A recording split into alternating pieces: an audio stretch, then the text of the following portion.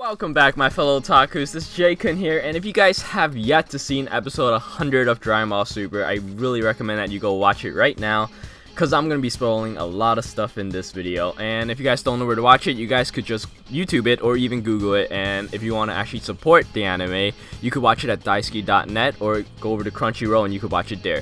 But without further ado, let's continue on with this video. Actually, before I start this video, I just want to give you guys a quick heads up, and I want to ask you guys some questions. Now, let's start off with the heads up. There's going to be a lot of planes flying by my house today. It's just been like that the entire morning, and I've been trying to record this video like 10 times now, and the airplanes ruined it. So, I'm just going to tell you guys ahead of time that there's going to be a bunch of planes flying around. So if that happens, I'm sorry about that. And I also want to ask you guys a question. Do you guys think that Dragon Ball Super will go over 1,000 episodes? Now, I personally think that Dragon Ball Super could go over 1,000 episodes, but whether or not it actually will, I'm not 100% sure about that. I think it could if enough people support it, because Dragon Ball Super is making a lot of money right now. A lot of people are watching it, and I think it could go over 1,000 episodes if it continues this way. But there is not a lot of animes that actually has over 1,000 episodes. I'm not 100% sure if even One Piece has more than 1,000 episodes. But I think Naruto had like 777 something. No, 700 something. I'm pretty sure, or was that just manga chapters? I forgot. But for Naruto, I stopped watching the anime. Look at that, the airplane already. But for Naruto, I stopped watching the anime the moment they start fighting Kaguya, because at that point I already finished reading the manga, and I just lost interest in it. But I do want to get back into it. I want to see what Boruto's all about, and I'll probably bring some of that content into this channel. But anyways, without further ado, let's actually talk about what I wanted to talk about in this video. So if you guys haven't seen Dragon Ball Super yet, episode 100, just go do it, because I'm going to be spoiling it in this video. So, episode 100, it really focused a lot on Universe 6 and Universe 7. And mostly, I feel like they're trying to show off the Saiyans, and I really don't like the way that it's going with Khalifa, because she's ascending to all the transformation way too fast. It took Goku years and years of training to actually achieve Super Saiyan 2, and in this episode she just did it while watching Goku doing it, and that's crazy to me.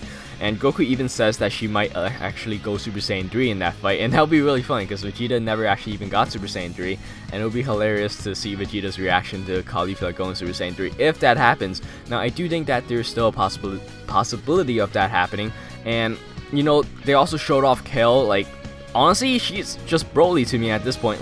She literally has the same moves and even when she was screaming Goku, that sounds a lot like Broly to me. But in the beginning of this episode, we get to see Goku fighting. In the beginning, we get to see Kale getting her ass beat.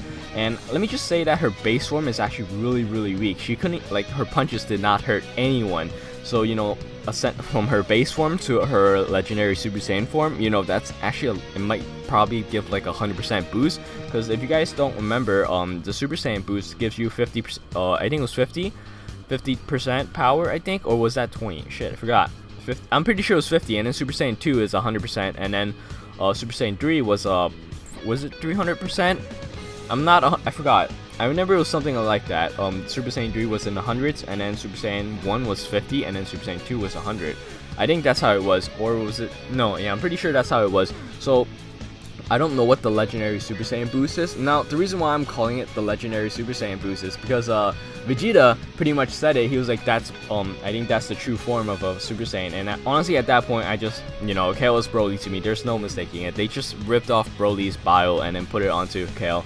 She's pretty much a replica of Broly, but as a female. So that's what this was about. But we do get to see her go berserk later on this episode, as she was watching she was watching Khalifa and Goku fighting.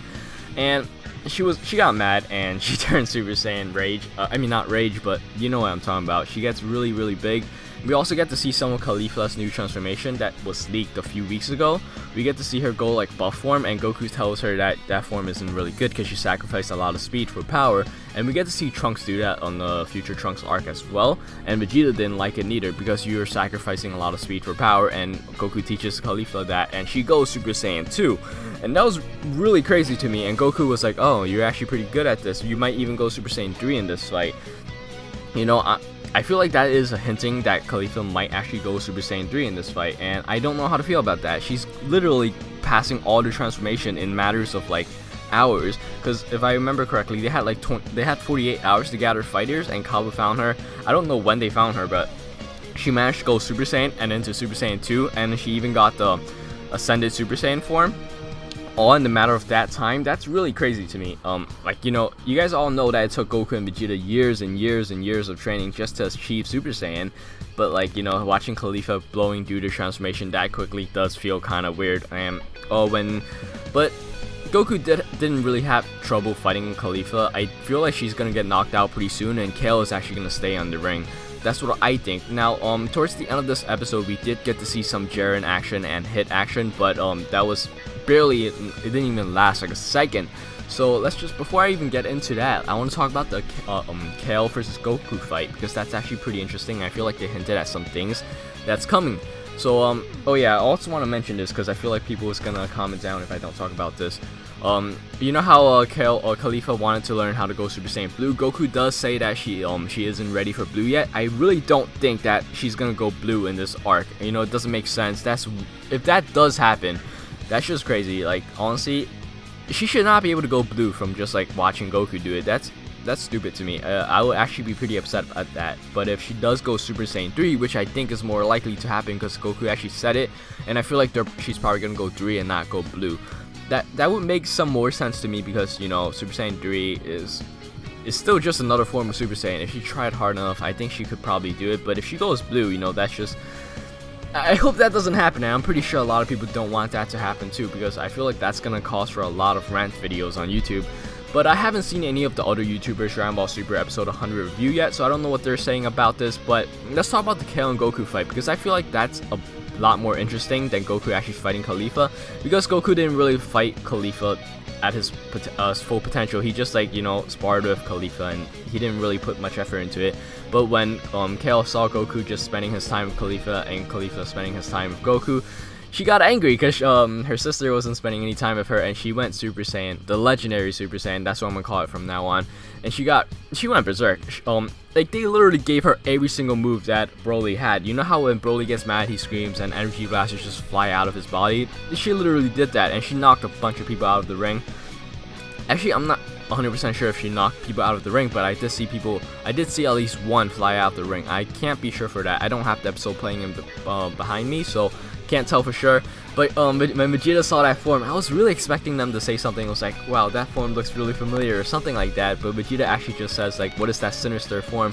So, and then he says that might be the Saiyan's true form, and that's why I think that is the legendary Super Saiyan, because back in the Frieza arc, right, they always talk about that legendary Super Saiyan, like the one and chosen only that could go Super Saiyan. I feel like Goku and Vegeta just managed to get the transformation based on training. They weren't like the original chosen Super Saiyan, so I think that's what Kale actually is, and she turns into this giant bulky Broly looking like Goku, character, and she just keeps saying Son Goku, and that was really cool, because if she was saying Kakura, that would just actually just be a lot like 100% Broly at that point. But she was screaming Goku, and she was beating the shit out of Goku, but Goku didn't make any, like, Goku didn't seem like he was struggling. Like, his face was like completely fine, even when his head was getting dragged across boulders and shit, and that was really exciting to me. I really want to see more of that in upcoming episodes.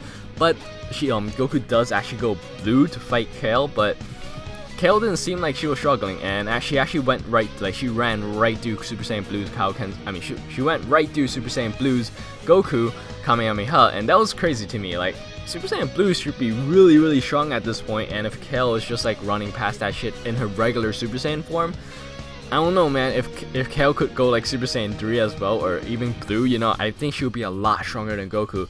But in that form, she does seem to have all her speed and all her power. You know, it is a really interesting form. And then that's when the end of the episode is like near, and at that point we get to see some of the Pride Trooper try to take down Kale, but Kale just knocked the shit out of that one guy. He had that, I forgot what that thing was called. It was like a rope. He tried to rope up Kale, but, you know, it just got knocked the fuck out.